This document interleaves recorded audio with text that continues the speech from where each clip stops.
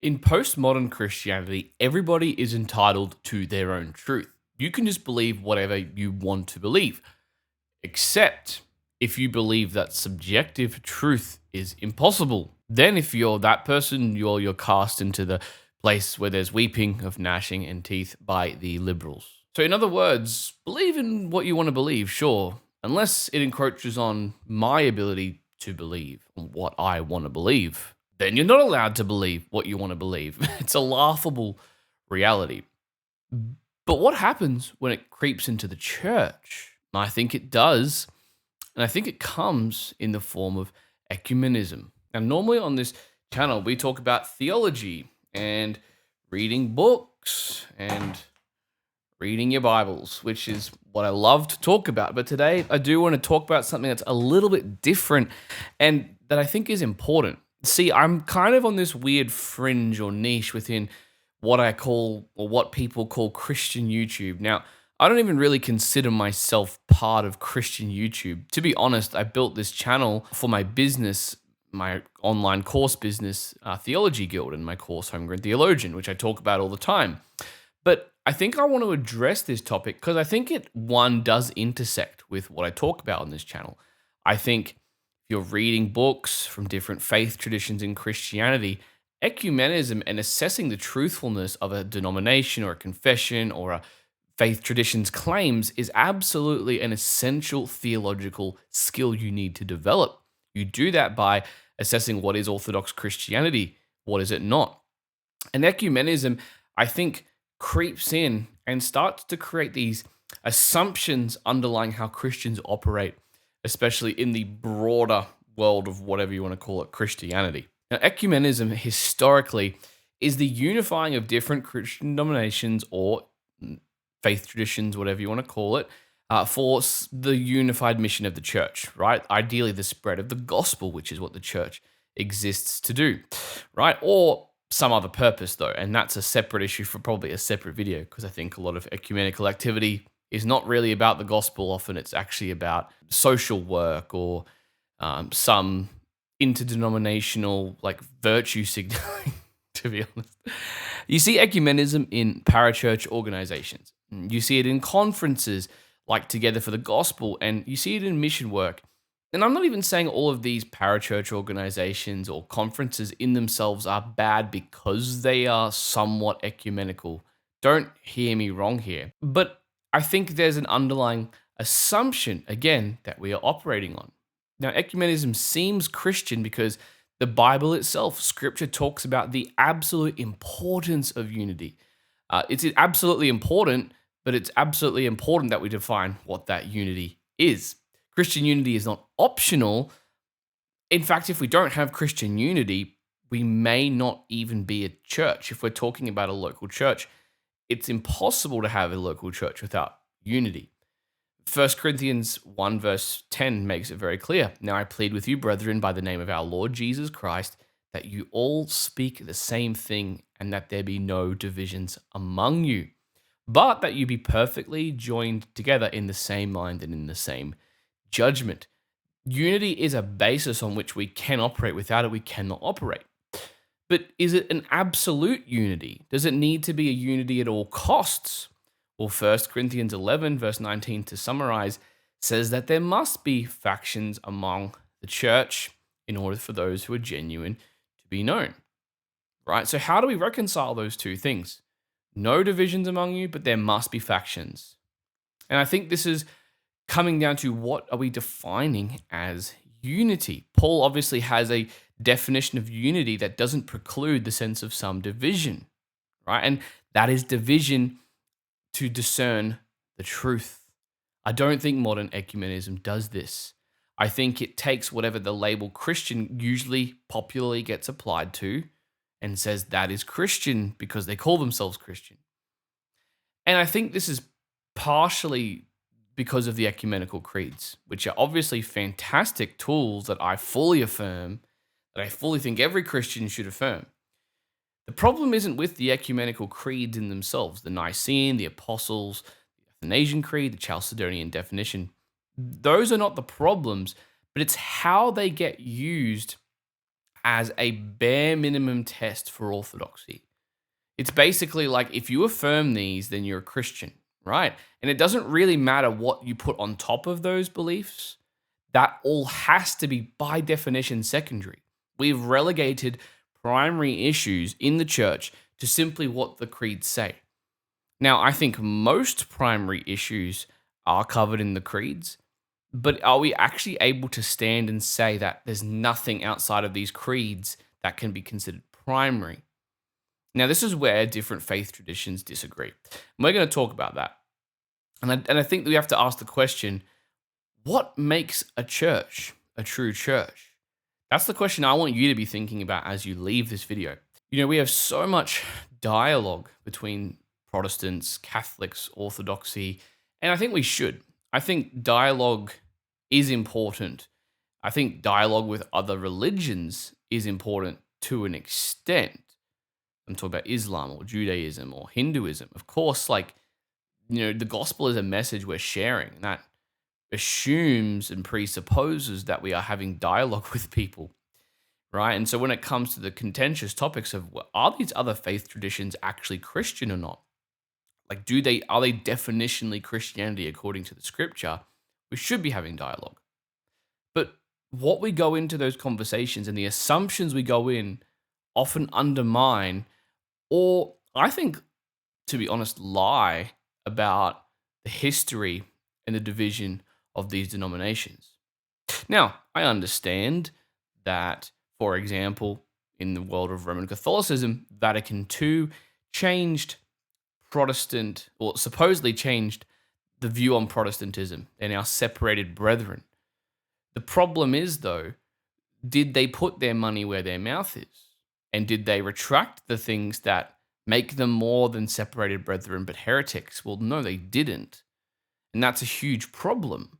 So you can virtue signal and say they're just separated brethren without actually taking it and retracting the true doctrinal statements that reflect the actual position the Roman Catholic Church still to this day has on Protestants. And this is just one example of ecumenism ignoring very real problems that are presently existing. People pretend like these things, like Council of Trent, never happened, but it did.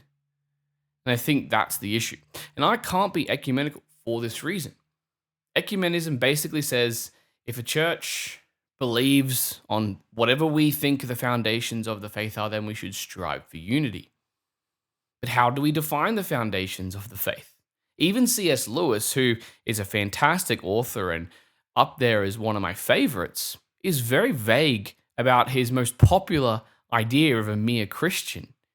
He doesn't really provide a technical definition. He just kind of says that it's whatever the main Christian denominations all agree on. That to me is hugely concerning, though, because what makes what we all agree on? Where are we going? Are we all going to the same sources to define that? Because we're not. We're not all going to scripture alone to determine that.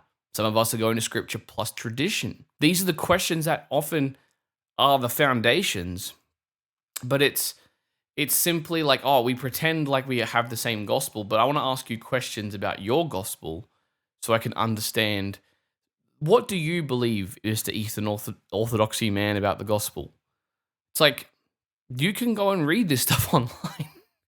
And if he's a good Orthodox like Christian in that sense, then he will believe the Eastern Orthodox view on the gospel. We know that it's incompatible with the Protestant view of the gospel. For example, and a huge thing we come to is justification, right? The ecumenical creeds do not explicitly define justification. And this is one of those primary issues that I think is primary, and Protestants have agreed is primary, that determines, and the scriptures explicitly, even more than the Orthodox Trinitarianism and the Christology of the ecumenical creeds, the scriptures define justification as a gospel-distorting issue.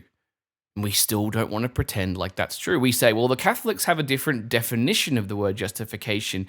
They think it's more what we would call sanctification. And that's the issue. Can we talk about that? That's the problem. For example, we're not going to see eye to eye on what we think is foundational unless some of us are willing to condescend. And I think that condescension is where ecumenism goes wrong, because it says we have to come down to the lowest common denominator beyond scripture and create a more foundational definition of what it means to be a Christian. For the sake of what? Having fellowship with others who bear the same label Christian, who may not even be Christian. Because this is all coming back to the gospel at the end, right? Ecumenism wants to distinguish between false gospels and this is a more modern trend I've noticed, between obscured or corrupted gospels, like as if someone did have the true gospel, like an institution, like let's say the Roman Catholics had the true gospel, and then it became distorted at Trent. But at the end of the day, and even Machen talks about this in Christianity and liberalism. I'm going to read a little bit of it in a second. At the end of the day, a corrupted gospel that was true and has now become corrupted is exactly what happened to the Galatian church. They had the true gospel, and Paul was astonished and marveled at the Galatians for turning from it, and then pronounced anathemas on the false teachers who were teaching this false gospel. Scripture doesn't have a middle category for true gospels, false gospels, and then corrupted gospels. It's either true or false. Can we come into the conversation that when we're having a conversation with somebody who is a Protestant or an Eastern Orthodox or a Catholic and say one of us fundamentally has a true gospel and is not a Christian and one of us is not? There's no alternative. We can't pretend we have the same gospels. Vatican II can try and redefine that. And the reason I don't think they went further than simply saying we're separated brethren as Protestants is because deep down I don't think that Roman Catholics are willing to go all the way in undoing their dogma around justification. They're not. Otherwise, they would have retracted Trent. Retract Trent, and then we can have a conversation about the true gospel. And again, still have conversations, but let those conversations lead to adoption of a true gospel. If we care about the gospel so much, let's have the humility to go where that is. I'm a Protestant. I think the Protestant gospel, or what is commonly known as the Protestant gospel, the Reformed gospel, whatever you want to call it, sola fide, as an understanding of the gospel, is the true gospel. And we should always be aiming at understanding and following the true gospel in Christ. Unity without truth is not Christian unity. And I think J. Gresham Machen, who sometimes is parroted as a big proponent of ecumenism, when in reality, I think he's not. I think he is soft on some areas, sure, but I think at the end of the day, if you read Machen honestly, he is not ecumenical. He always gets quoted from Christianity and liberalism as saying, well, liberals are worse than Roman Catholics because at least Roman Catholics were a true church originally. That doesn't mean that then they are now. And in fact, I want to read this from the book because I think he makes it really clear what he believes about false gospels. He says about Christians who are either liberal or conservative, he says, why they say may not brethren dwell together in unity. The church, we are told, has room for both liberals and conservatives. The conservatives may be allowed to remain if they will keep trifling matters in the background and attend chiefly to the weightier matters of the law. And among the things thus designated as trifling is found in the cross of Christ as a really vicarious atonement for sin. So this is, again, a direct tie-in to, we're talking about the gospel here, the cross of Christ, and our understanding of it as the foundation of the gospel. We're not talking about some secondary issue here. Such obscuration of the issue attests a really astonishing narrowness on the part of the liberal preacher. Narrowness does not consist in definite devotion to certain convictions or indefinite rejection of others, but the narrow man is the man who rejects the other man's convictions without endeavoring to understand them, the man who makes no effort to look at things from the other man's point of view. For example, it is not narrow to reject the Roman Catholic doctrine that there is no salvation outside the church. I know it's changed since Vatican II a little bit there. But it would be very narrow to say that to a Roman Catholic, you may go on holding your doctrine about the church, and I shall hold mine, but let us unite in our Christian work, since despite our such trifling differences, we are agreed about the matters that concern the welfare of the soul. For of course, such an utterance would simply beg the question, the Roman Catholic could not possibly both hold his doctrine of the church and at the same time reject it, as would be required by the program of church unity just suggested. A Protestant who would speak in the way that would be narrow, because quite independent of the question whether he or the Roman Catholic is right about the church, he would show plainly that he has not made the slightest effort to understand the Roman Catholic point of view. Right? We need to understand the Roman Catholic point of view, yet we go into conversations pretending that we don't. And then there are people who misrepresent what is actually the majority Roman Catholic view by pretending that they don't understand it. And this is the issue. If we actually come to these conversations on the level of understanding, then ecumenism is not an option, especially for Protestants. Now, I'm aware, again, this exact scenario is different in the light of Vatican II, but it's still a helpful example. The Protestant in this example is being narrow-minded because he doesn't see that the Roman Catholic is contradicting himself. And I think there's a better alternative to ecumenism. I think interdenominational, if you want to call it unity, is possible. But I think there's a better approach and a better method to getting to it. If ecumenism focuses on the unity of the visible church, catholicity focuses on the unity of the invisible church. Now, how can we know who is part of the invisible church until glory? We don't get to see who all the elect are. The purest churches under heaven are subject to mixture and error, are they not? But there are good proxies for the invisible church through the visible church. And I think if we use the visible church in the right way with, I would say, far stricter criteria, instead of assuming a denomination is Christian just because they say so, we can have a unity with a denomination because they are so. Catholicity looks inwardly at its own confessions, its own beliefs in its own denomination, and then looks outward based on the agreed fundamentals of the gospel. Now, other ecumenical creeds are helpful proxy for this. Yes, but I think they need to go beyond that. And I think that's why looking in at our confession, our statement of faith, and what does this church believe?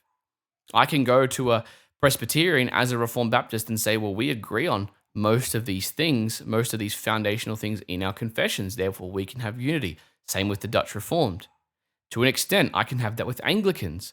I can have that with Lutherans to an extent, with General Baptists, depending on what they believe, which is why I'm not going to go out on a limb and say, well, all Baptists maybe who hold to a variety of different creeds are going to be someone I can have unity with, because it requires me to assess that against their beliefs. And obviously there's going to be different levels to this debate dependent on the similarity. So like Reformed confessions, there's going to be more unity. A Reformed and a Lutheran, okay, there's going to be some degree of unity, but less so. Or a Reformed and an Anglican, or a Reformed and a General Baptist, right? And then as you get further out, if you're looking like a Church of Christ versus like a High Church Calvinist, Reformed, Dutch Reformed, you're going to have massive birth there. But is unity technically still possible to an extent because they confess what they both agree are the core foundations of the faith? Then yes, right? So we need to look inward, we need to look inward at our own local churches and denominations, depending on your ecclesiology, of course, and go from there. Looking at who is, according to the definition of our own local church, most likely to bear the fruits of a true Christian. That's the basis of Catholicity. That's Catholicity, and it's better than ecumenism because it results in more pure unity, in my view. So you're not a heretic or a divisive person for opposing ecumenism. You might actually just care about the true church. And of course, not all people who are ecumenical are heretics or anything like that. I just think they're wrong about how they try and guard and uphold the unity of the church. Anyway, I hope this video has been thought-provoking and helpful for understanding this ecumenical dialogue. Again, on this channel, we normally talk about books and theology books. So if you want an Ultimate Reformed book list down below with over 400 books that are in the Reformed tradition primarily, we throw a few extras in there just to read a bit broadly to understand other perspectives as well. But go grab that for free down below. It's all broken up into different categories so you can find quality books. And until next time, God bless.